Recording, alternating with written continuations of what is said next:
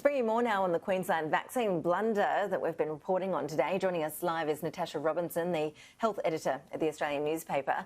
Natasha, appreciate your time. What's the latest information we have about the couple of elderly people in Queensland who were given that overdose of the Pfizer jab? Are they doing okay, and do you expect we're going to see any changes on the training front?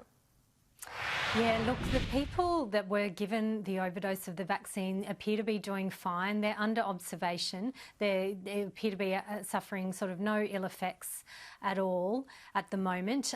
It is to be noted that when it was doing its clinical trials, Pfizer actually experimented with higher doses of the vaccine. So there is some evidence that receiving much higher doses than the ordinary dose is not actually harmful. So these people should be absolutely fine.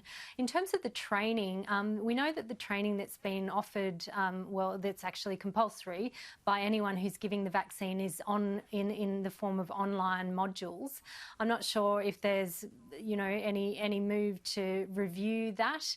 You would have thought that some face-to-face training might be more effective than online modules on the face of it, but it does seem to be that this is a really isolated incident and just an error that's occurred on the part of the doctor. I think that Anastasia Palaszczuk's reaction calling for an immediate sort of meeting of National Cabinet over this is probably somewhat hysterical. I'm not sure what National Cabinet can do about this. I don't think it's the federal government's fault. I think it's one of those things where an error happened. For goodness, luckily there's been probably no ill effects in these people. But as to what you can achieve in a National Cabinet process over this, I'm really not sure. Yeah, I guess the biggest fear is undermining confidence in the vaccine rollout process, especially as you reported this morning. We're seeing a growing number of young Australian women in particular becoming more hesitant about getting the vaccine. I think you said in the report it was 67% of women aged 25 to 34 saying they would definitely get a jab. What is behind the increasing hesitancy, do we know? Yeah, look, there's quite a lot of research being done into this, the most latest research being done by the ANU.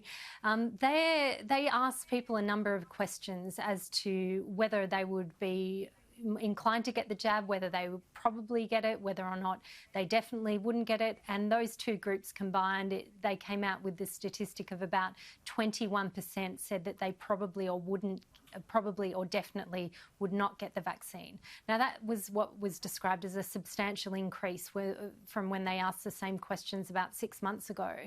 And when they asked a series of questions, it seems to be that the people who thought that COVID-19 wasn't as serious as it's been made out to be, and that COVID-19 was in fact well under control in Australia, they were the people who were most likely to say that they probably or definitely wouldn't get the vaccine. So there does seem to be a correlation between people who think that COVID's just not that serious in Australia, and their willingness to actually get the vaccine. Real-world data that we're seeing coming out of Scotland this week should be pretty encouraging, though, for anyone still feeling worried about the vaccine's ability to protect them from COVID.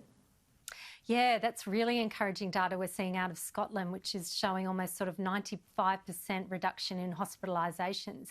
But even more encouraging than that is the data that we're seeing coming out of Israel, which is showing that the Pfizer vaccine is extremely effective in blocking the transmission of COVID-19. And this was the one big thing that we didn't know about vaccines. We knew that they would protect against severe disease and death, but we weren't sure whether or not they would block transmission of the virus. And if transmission of the virus can be blocked, that is key to ending the pandemic. So if you can just stop the virus being passed on, herd immunity will be able to be achieved. So there's similar kinds of data coming out of the UK in relation to the AstraZeneca vaccine. We haven't seen any firm numbers around that, around the vaccine's ability to block transmission, but it does appear that the AstraZeneca vaccine also can block transmission of the virus. And the Health Secretary of the UK said that he believes that vaccines in the country can block transmission of the virus by up to 2/3. So that's a really encouraging sign as well, and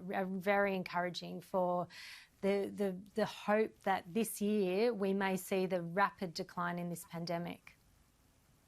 Fingers crossed. Very promising early results. Natasha, appreciate your analysis. Thanks so much. Thanks, Ash.